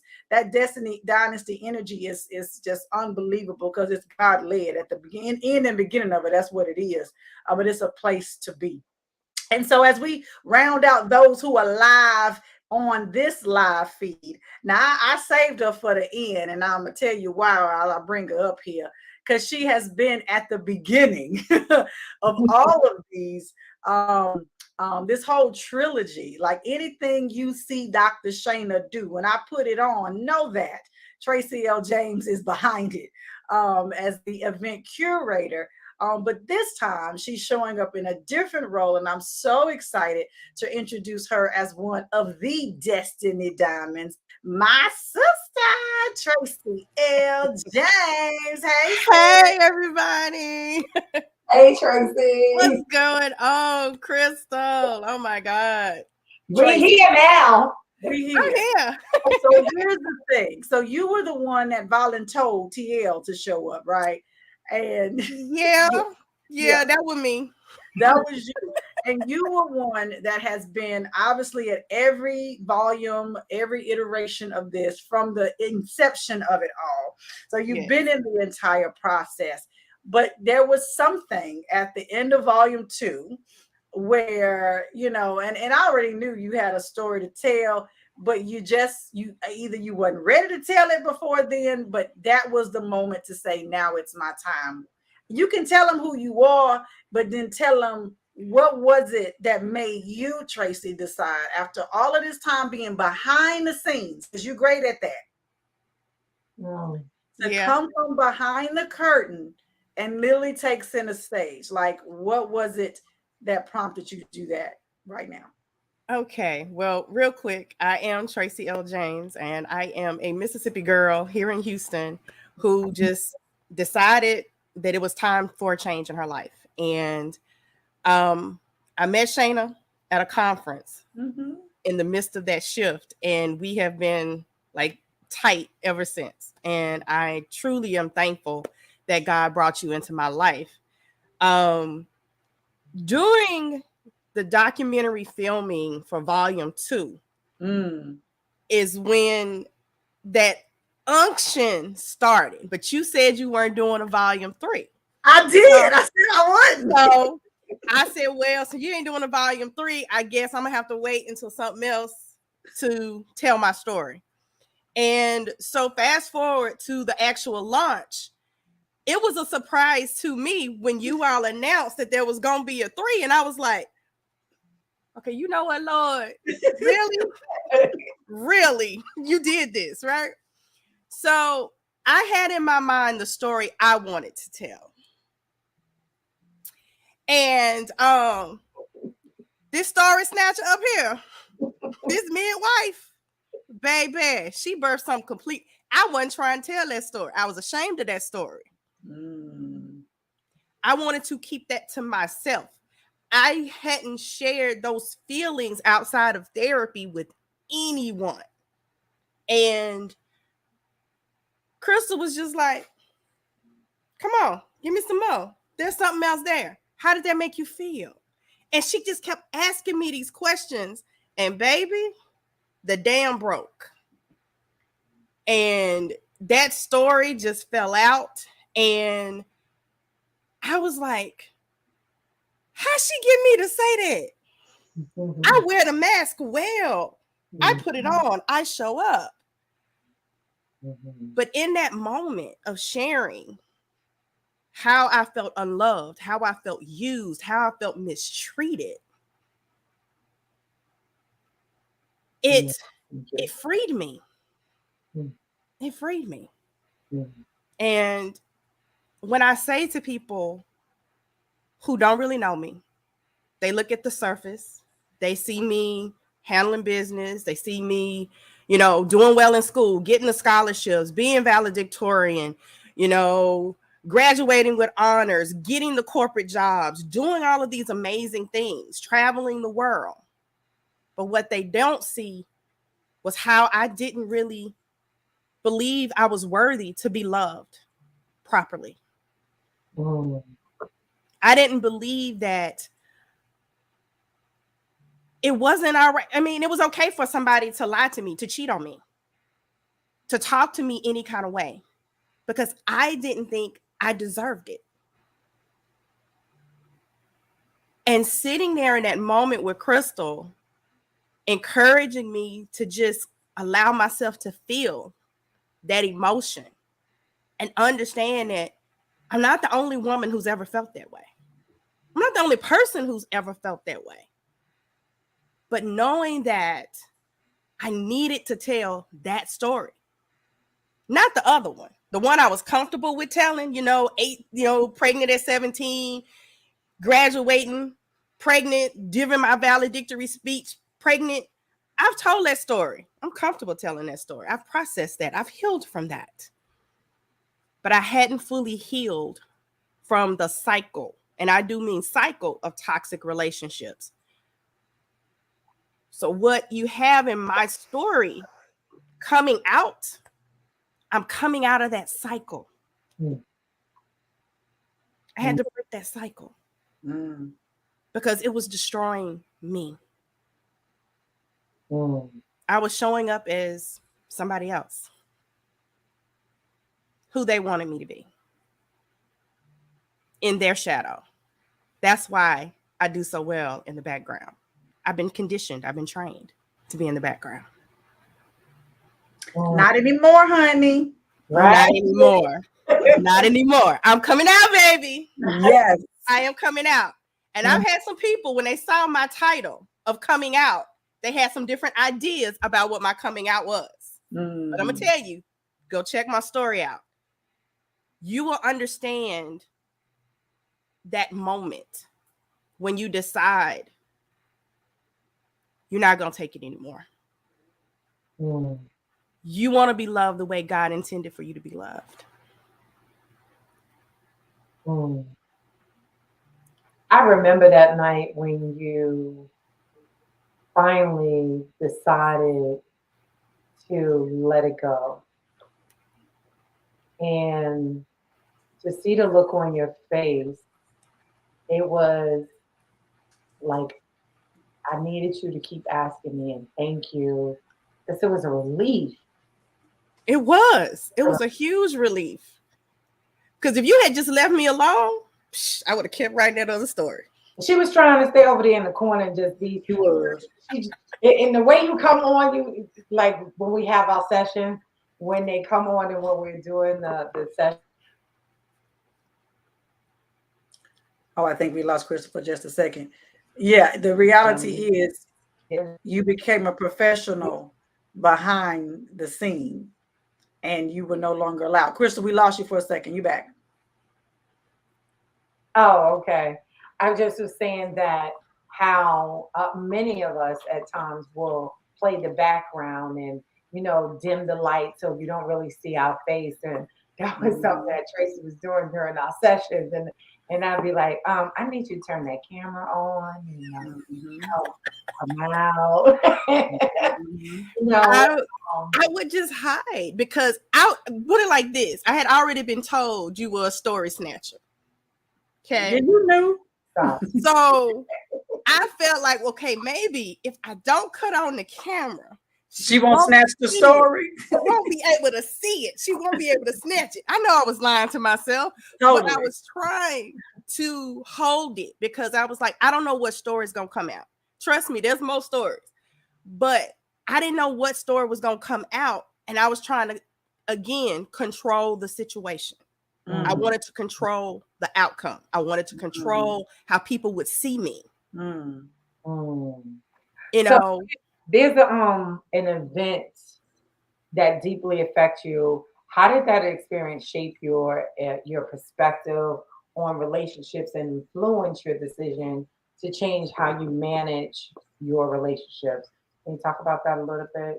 That event that deeply affected you? What that moment caused me to begin to set boundaries and protect those boundaries, to protect my peace. I lost some people that I thought were my ride or dies, as they say. And as I began to not allow myself to be used and mistreated, as I tried my best to not be that person anymore and protect my space, me, people began to fall away because they couldn't handle those boundaries because I was saying no and it was a complete sentence. And I was holding it. I wouldn't let them guilt me or manipulate me like I always did. I would tell people no, and then they would keep talking and, okay, let me see if I can work it out. Knowing good and well, I was already overwhelmed. I was already overcommitted. But because this was my friend, this was my man, I was doing these things just to be there. No more. What Dr. Shana told me to give from the salsa, baby, get from the overflow. So I am not giving from my cup no more. No more. Not even to my children. This has just been a revelation for me. It's really been a major shift for me. Who's your story for? Like, is there one particular group of people, or who's this story for? Who can your story help? This is for any woman who has lost her confidence, who has been in this space of where they feel like they're not worthy to be loved, they're not worthy to be treated well. Women who are willing to stay with a man that cheats and don't even try to hide the fact that he's cheating and continue to stay and show up for this man 100%. That's who this story is for. You don't have to stay there. A piece of a man is not worth your peace. Wait a minute. Say that again for the people in the back. Say that again. A piece of a man is not worth your peace. Somebody put that in the chat because that's the hashtag. That's right there is a whole. Because I had a piece of a lot of different men, and I had no peace in none of it. Come on. I literally had insomnia. Literally, my doctor had me thinking I had IBS. It wasn't IBS, it was anxiety. Because of dealing with folks who treated you bad. So, baby, hold on to your peace at any cost. You have blessed a lot of women here tonight with that one right Listen, there. Sharon says she about to throw her laptop. Don't throw your laptop, Don't boo. throw the laptop, boo. Don't throw the laptop. We ain't got no insurance to fix that. Don't throw your laptop. Hold on to it. Click Oh, that link and buy that book. do that, and then throw your shoe throw the shoe, but don't throw the laptop. Listen, but what's so powerful, Tracy, about your story is the vulnerability, right? And all of these women, if y'all are listening, they are sharing their heart. These are the things that you've heard folks say, I only told my therapist. I ain't never told nobody out loud. These are the things that I never said. These are the things that it was difficult to even voice. I didn't have language or words for it. These are the things. And what I understand, those are the parts that have to be spoken to set you free, but as well as help set a sister free, who then sets another sister free. Like, so when we talk about changing the world, it starts with one story. And I want us to really get clear about how powerful these stories are, but from your willingness to come from behind the shadows and come into the front and be willing, because you had to be an open, willing vessel to show up in this space. And I applaud you. I do, because you good in the background, baby. My sister cold-blooded in the back. She cold. If y'all have an event that you need curated, she cold. But the true, what's the word? But the true gift that God has given you is delivering you from these things so that you can go and set another one of his daughters free. That's the real gift that he's given you. So I am so excited that you answered the call, and that the spirit would have dropped such that we have a volume 3 for it to be told. Because a piece of a man ain't worth your piece, baby. That's a t-shirt. That's a mug. That's a whole movement. Don't play with me. Oh, yes. Yes. They're here for it. Okay. I'm here for it. I'm here for I'm all of excited. that. I'm so excited for you, sis, to be able to share and help other women walk into their confidence. I love it. Everything about it. And thank you, ladies. Thank you too so much. And I know I can say this and say it's on behalf of all the Destiny Diamonds. Thank you so much for being obedient. Thank you so much for answering the call and stepping up and giving us this platform to share our stories. Because like Chantal said, I could have wrote it. I wrote 2 books. Mm-hmm. I wasn't writing this story. Yep. This So would not have happened. It would not have happened. I've said, oh, I'm going to write my autobiography. Nope. But you wrote this one. Right. Right. This is the one that needed to be told. Right. So, This is it. So I want to make sure as we wrap this up here tonight, I guess you tell folks how to reach you, and then we want to. I am on all social media platforms at I am Tracy L. James, and I'm that special Tracy, Tracie. Okay. You can find me everywhere just like that. And so as we are wrapping up, I'm just so thrilled. I'm beyond thrilled. Crystal, this has happened again, a third time. Some really, and you know what, 3, that number of completion, right? There's this full circle of things that have happened, and I feel like it has come full circle with these stories. And it's just, I'm just so honored. I really am. And I want to say thank you to you, because honest to goodness, like this. And so y'all see me, like I'm in the middle of this picture and y'all don't even see Crystal's face, but understand that she's all over. Number one, every graphic that you've seen, she's done. The book cover, she's done. The book back, because that book back is beautiful. Let me tell you, y'all got to see that when y'all get this book for sure. Is beautiful. The way that these women have been able to come out and share these stories is beautiful. And I know many of you are familiar with anthologies. You've seen them, maybe you've been a part of them, but I know for sure you've never been a part of anything quite like this, because of Crystal's very special process that she takes authors through to share stories. And you've heard pieces of that tonight. So I want you to know that this is a very special process. These women have gone through something that, again, many of them really have no clue what's happening, right? They just trusting the process, and have shown up here for it. So for that, I say thank you, Crystal, from the bottom of my heart, because I can't show up in excellence minus you in this space. Like it doesn't happen. It just it doesn't happen. So why do you keep showing up, Crystal? Because this is the third one fooling with Dr. Shana. So why do you keep showing up to here to do this? Why you? They told us why they showed up, but why do you keep showing up? Well, to be honest, I show up because I know I needed a place, a safe space to share my story. And I know how I felt that I didn't have that. Mm-hmm. And I wanted to create what I didn't have for myself, for other people, Mm-hmm. other women, specifically Black women. I'm going to say it very proudly, Mm-hmm.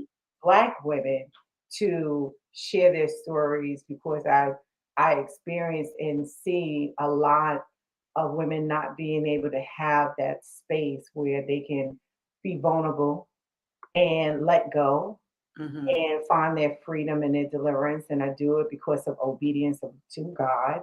You know, He called me to this platform. I didn't ask for this right here. Story share. I was okay with sharing my own story, but helping other women, it really took a different turn. And when I really started to see the transformation that took place in my first anthology, I was very overwhelmed, humbled to see that transformation and the freedom that they got. And I knew I was responsible, and I am responsible. Mm-hmm. This is my assignment. This is my calling. He told me this is my calling. So I keep showing up because I want to help you find the voice and put a voice to your story and give you permission to be bold, unapologetic, and just share it with confidence and own it and know that it's just only an experience. It doesn't, it's not your identity. And for myself, because I was wrapped up in thinking that what I did, you know, being struggling with addiction, being with a man, like you said, the piece of a man. I'm talking about that peace part, but that piece, the piece of a man, and all those different things, that's not who Crystal really was. It was just something I went through to find the real new me. I want to help. It's so many reasons, but the other reason is I want to help you really let go and get clear of that and see the power in your story. It's power there. And when you really understand the power that your story gives you and how to stand on it and take it and turn it and make it into more, because God says our story is a seed and a seed multiplies. And God says, I'll turn that thing and make it work for you. Yeah. And one of the things that they did get in the anthology was a digital course. So while they was in here multiplying and now speaking engagements, how to take that seed of that story, because you know, we want a lifestyle. I know I do, because there's certain things that I want. There's certain things that is so much with that.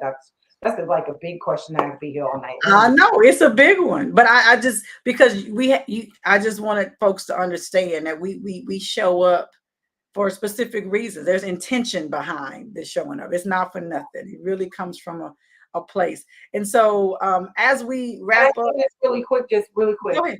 Let me just say this though, for anthologies specifically. I want to say this for the recording. I want to say this for everyone that's here and those that will come back and watch. I think you should be called to this. The responsibility of these stories that these women are letting go. They must be let go, and they have to be nurtured and taken further. So there's a level of responsibility that you have when you do an anthology. So I want you to just think on that tonight, okay? That there is a responsibility. And we took our calling, we took our assignment very seriously to make sure that we served in excellence and we gave from our overflow. Yeah. So thank you so much, Dr. Shana, for saying yes. Thank you so much, ladies, for trusting me. Thank you to all of the Destiny Diners. I cannot thank you enough, because one of the things I want to share for myself really quick is I also too found my deeper calling. Thank you. And we all around here discovering some stuff in this process, okay? So I want to just bring back all of the ladies so you all can see all of these amazing women one last time. Those that are here with us tonight, I tell you what, I just can't. It's not enough to be said. It's just not enough to be said about these women. And then there's some that are missing, right? We got a few that are not here, but I want you to know that these women are phenomenal. I honor you. I see you. I celebrate you. And I'm honored to have been on this journey with you. And I cannot wait to see what happens. Like, I'm going to go get my popcorn and I'm going to sit on my couch and I'm going to just watch it unfold. Because it's already unfolding. I mean, so if you're someone and you're listening, and you're listening to this, these women are speakers. They can be on your podcast, they can be on your summits, they can be on your stages. They have powerful stories to tell. They are prepared, and they all have a course. So if you enjoy their story, they have additional ways to support you, even beyond just reading the story. That's the power of this anthology process. This is not just a book, folks. This is a movement that every single one of these women have stepped into and are building businesses around, so they can support their audience, their woman, the woman who they've been called to serve in a powerful way. So I just want to say thank you to all of you. I'm so proud of you all. And make sure y'all get y'all tickets to come see these women, though. I need you to go to When Destiny Needs an Intervention, thelaunch.com tonight. Get your tickets June the 10th in H-Town. The link is in the chat. All of these things are already here for you. You want to be there because you're going to see this Destiny Dynasty just be lit up. This red and black is so sharp. When you see this, ooh. And y'all know I'm an AKA, so this red, and this was a spirit color. Trust, I didn't choose it. I got some deltas here, so they in love with it too. I understand. But you gotta know it's spirit when an AKA choice for brand colors is red, anything. Okay, you know that it was a spirit-led thing to have red and black. But it's just so powerful. It just is. It is, and I just cannot wait for the final outcome. And so, Destiny Diamonds, if there's a 60-second closing word that you all want to share on why folks need to, one, grab the copy of the book, two, come see you, share that with them now as we exit. We'll start at Rochelle and then we'll make our way around to the top, and Tracy be the last one. Listen, again, thank you so much for this platform, Dr. Shana, beloved Crystal Cunningham, all of my Destiny Diamonds. Y'all better come on up in here June 10th at the Crown Plaza, because listen, DOA, Destiny is on arrival. So, but I want to leave with, you better ask somebody, I want to leave my beloved sister, my beloved woman of faith that's out there. If you are ready to free yourself from PTSD, I went through that because of the trauma. If you are ready to turn your pain into power, your trauma into your testimony, and take back your stolen destiny, you better come and see me. You better register for my free. Ain't nothing in this life free. You better register for my Free Yourself mini course. Free Yourself from PTSD mini course. I'm dropping it in the chat because it's not enough. It's not enough. Remember, you cannot meet God in revival until you have met him in your brokenness. Again, you can reach me at Rochelle Denise Jacobs on all those platforms. Thank you so much. Beloved, your destiny awaits. Okay. She said what she said. All right, Chantel, you're up next. You can't put me after Rochelle. I put Rochelle in a long gap, right? No, I'm just playing. Thank you, Dr. Shayna and Crystal, and to all the ladies involved in this project. The same. I feel like for anybody who is really struggling with you carrying something and you need to get it out, you need some space, some time to think about it, and just have confidence is going to make a better you at the end of the day. Please come talk to us. All my social media handles are I am Chantel CG. And I hope that y'all can come and see the keynote I have next week as well. That link is in the chat. And I just look forward to everybody's healing and just blessings to all. Love it. Dr. Tammy Allen Brown. All right. You guys, come on out and see us at that launch. Come out and be a part of something greater than yourself. Come on and get some healing. Make my job easy. I don't have to give too much therapy to folks coming being a part of something like this, because God is in this place. And where he is, we definitely want to be. All right. Or else we're going to have a conversation. So guys, check me out at Tammy Allen Brown on Facebook, and I am Tammy Brown on Instagram. Love it. TL James. Hello, everyone. So my favorite mantra is, be it health, wealth, or relationships, if it's not profitable, do not invest your time. And with that being said, I am telling you, you need to invest your time at this gala. I call it the Met Gala. Okay. So if y'all know, it's the Destiny Met Gala. Who care about the one that's in New York? We're going to be hot. Okay. And we all going to come in beautiful on the outside. But when you leave, you're going to be beautiful and whole on the inside with your shoes in your hands. So come out. Like Tammy said, we are going to have a healing, or we all going to have a talk. But it's going to be trouble. Okay. You can find me everywhere. And I know Tracy, don't be rolling your eyes. You can find me everywhere. All social medias at TL James, either .com, .net, .mba. It's all TL James. So thank you. Awesome. Elena. You're on mute. Elena, unmute yourself. There you go. Okay, this technology. Yes, ladies, like everybody said, but Dr. Shayna and Crystal, thank you all so much. You all are truly a blessing. But look, come out and see us at the launch. That launch changed my life, so I know it'll change yours. Like Tammy and TL said, get a healing. Come and see not just the transformation that we went through, but come and get your own transformation. God is in the midst of all of it. And look, he works, he moves, he is using these ladies and their anointing. So please get your tickets and come out and check us out. See us. We are going to have a great time.